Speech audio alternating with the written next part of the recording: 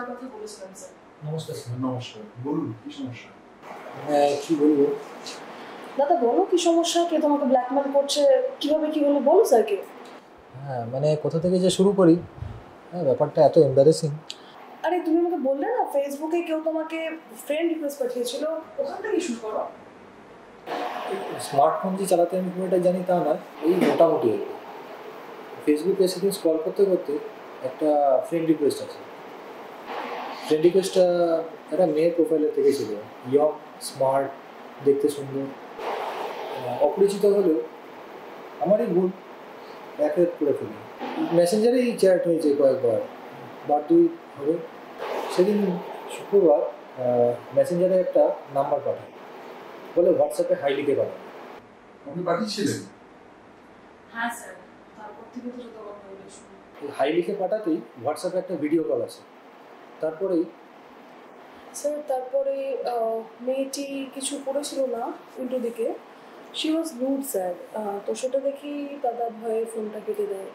আমি একেবারে হকচকিয়ে গিয়েছিলাম। আচ্ছা, 15-20 সেকেন্ড হবে কোনো কথা বলিনি ভিডিওতে, আর তারপরে নাম্বারটা ব্লকও করে দিয়েছি। হ্যাঁ বুঝেছি। মানে তারপরে একটা অন্য নাম্বার থেকে আপনার কাছে ফোন আসে, তাই তো? হ্যাঁ, মানে বলছে এই চ্যাট ভিডিও সব নাকি রেকর্ড করা আছে, টাকা পয়সা না দিলে ওইগুলো ভাইরাল করে দেবে সোশ্যাল মিডিয়াতে। আচ্ছা, স্যার এই জন্যই তো স্যার আপনার কাছে আসা, যদি বলেন কি করা যায়। তা আপনি টাকা পয়সা পাঠিয়েছিলেন? না, আসলে ওই অনলাইন ব্যাংকিং তো জানি। ভালো, মাঝে মধ্যে কিছু না জানলে সেটা উপকারী লাগে। এই যেমন আপনি জানেন না তাই টাকা পাঠাতে পারেননি, আর পাঠাবেন না। এরা কারা জানো? এরা হচ্ছে ডিজিটাল ব্ল্যাকমেলার। মানে ফেসবুকে মহিলাদের ভুয়ো প্রোফাইল বানিয়ে টোপ ফেলে, তারপর হোয়াটসঅ্যাপ, ফেসবুক মেসেঞ্জারে ভিডিও কল, তারপর আপনার সঙ্গে যা হয়েছে তাই। একে বলে সেক্সটর্শন। আকছার ঘটছে আজকাল। মানে সমাজে অনেক লোক নিজেদের সম্মান রক্ষার্থে টাকা দিয়েও দেয়। সুতরাং আপনি অজানা অচেনা কোনো ভিডিও কল রিসিভ করেছেন কি ফেসেছেন? আসলে এই ভাইরাল করে দেবে বলছিল তো ভিডিওগুলো, সেই জন্য আর কি। আমরা যাকে বলে সাধারণ ফ্যামিলি না, ওই বউ বাচ্চা নিয়ে মিডিল ক্লাস ফ্যামিলি, বোঝেনি তো। আসলে এগুলো ভাইরাল হয়ে গেলে সমাজে মুখ দেখাতে পারবো না, আর মরে যাওয়া বা সুইসাইড করা ছাড়া কোনো গতিও থাকে না। তা এগুলো ফ্রেন্ড রিকোয়েস্ট অ্যাকসেপ্ট করার আগে ভাবা উচিত ছিল, তাই না? এরা সামনে এসে আপনার ক্ষতি করবে না, তাহলে এদের আইডেন্টিটি ডিসক্লোজ হয়ে যাবে। আমি কিভাবে কমপ্লেন লজ করতে হবে ঈশানীকে দেখিয়ে দিচ্ছি। ঈশানী একটু মন দিয়ে তুমি দেখে নাও কিভাবে কমপ্লেনটা লজ করতে হবে। দেখো, cybercrime.gov.in এই ওয়েবসাইটে গেলে national cyber crime reporting portal open হবে। সেখানে women and children related crime register করার জন্য একটা অপশন দেখতে পাবে। এখানে রিপোর্ট অ্যানোনিমাসলি করলে তুমি ঘটনাটা রিপোর্ট করতে পারবে, কিন্তু ট্র্যাক করতে পারবে না। তাই আমি রেজিস্টার অ্যান্ড ট্র্যাক অপশনে গেলাম। এখানে ক্লিক হেয়ার পর নিউ ইউজারে গিয়ে নিজের অ্যাকাউন্টও তৈরি করতে পারবে। আর কমপ্লেন করতে গেলে কি কি লাগবে সেগুলো বাঁ দিকে লেখা আছে। এই দেখো, চেকলিস্ট ফর কমপ্লেনেন্ট। চলো আমরা লগ ইন করে দেখে নিই। এখানেও কিন্তু ওটিপি আসবে রেজিস্টার মোবাইলে। দেখো, এই ধরনের কমপ্লেনের জন্যই কিন্তু এই পোর্টাল।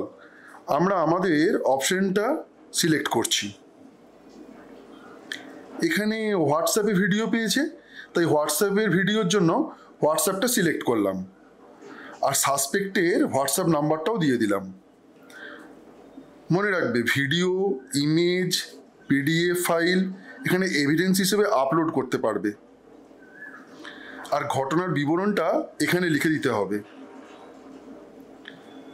তারপর সাসপেক্ট ডিটেল, যেটা জানা থাকলে দেবে, আর না জানা থাকলে দেওয়ার দরকার নেই।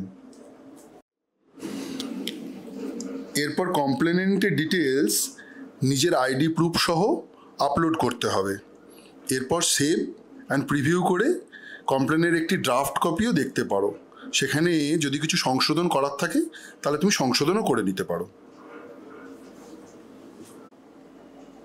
এবার আই এগ্রিতে ক্লিক করে কনফার্ম অ্যান্ড সাবমিট বাটনে ক্লিক করলেই কমপ্লেন রেজিস্টার হয়ে যাবে, আর সাথে সাথে তোমার ওই রেজিস্টার মোবাইলে একটা কমপ্লেন আইডিও চলে আসবে।